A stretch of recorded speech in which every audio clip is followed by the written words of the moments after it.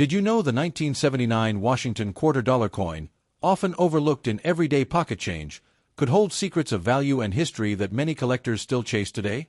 At first glance, the 1979 quarter may look like any other in circulation. Standard George Washington profile, same metal composition, and the familiar eagle on the reverse. But behind its common appearance lies a fascinating story, full of minting quirks, collector buzz, and hidden gems that make it more than just 25 cents.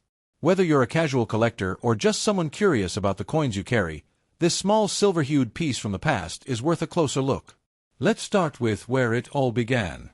In 1932, the U.S. Mint introduced the Washington quarter to commemorate the 200th anniversary of George Washington's birth. It replaced the standing Liberty quarter and was initially intended to be a one-year commemorative coin. However, the design became so popular that it became the standard quarter, continuing for decades, making the 1979 edition a continuation of this long-running tradition. By 1979, the coin had already seen over 4 decades of production. But the late 70s were an interesting time for U.S. coinage.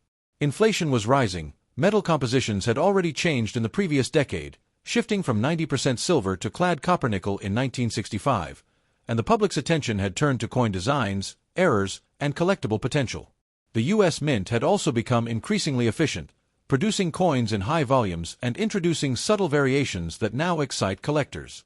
For the 1979 Washington quarter, 3 U.S. Mint facilities produced coins: Philadelphia, no mint mark; Denver, D mint mark; and San Francisco, S mint mark. Among these, the coins from Philadelphia and Denver were meant for general circulation, while San Francisco focused on proof coins primarily for collectors. What makes this coin interesting, especially for collectors, are the minor design differences and the hunt for quality. The Philadelphia Mint, for example, produced more than 515 million quarters that year, an enormous number. Denver wasn't far behind, striking over 489 million coins.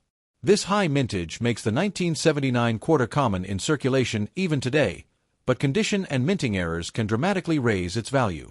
One of the main attractions of the 1979 quarter is not necessarily rarity but condition. Coins graded MS-65 or higher, mint state, with no signs of wear, are highly sought after. Although finding such pristine examples from circulation is tough, they're out there. Coin collectors often sift through rolls or bulk lots, hoping to find that one shiny, uncirculated gem. A 1979 D quarter graded MS-67, for instance, can fetch several $100s or more at auction due to its rarity in that condition. Another reason collectors adore this coin is the possibility of discovering varieties and errors. While the 1979 quarter doesn't have as many dramatic errors as some other coins, there are a few worth mentioning. Some quarters from this year have doubling in their lettering or numbers, especially visible in the word Liberty or the date. These double die errors are rare, but if found, they significantly increase a coin's value. Then there's the matter of the San Francisco Mint's proof coins. These are not intended for circulation and are struck with special dies on polished blanks, giving them a mirror-like finish. In 1979, the San Francisco Mint also made 2 types of mint marks: the Type 1 with a filled S and the Type 2 with a clear, well-defined S. Type 2 is rarer and, as a result, far more valuable to collectors.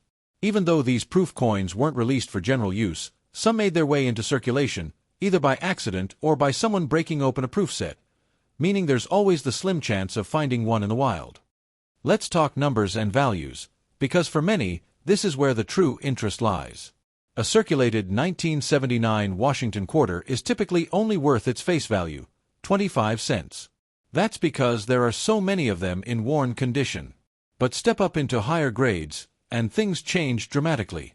An uncirculated 1979 quarter can range from $1 to $5 depending on condition and mint mark. But high-grade specimens, especially MS-67 or better, can command prices of $100 to $400 or more, particularly for the Denver Mint issues, which tend to be slightly better struck than those from Philadelphia. Proof coins, especially the Type 2S mint mark variants, are even more prized.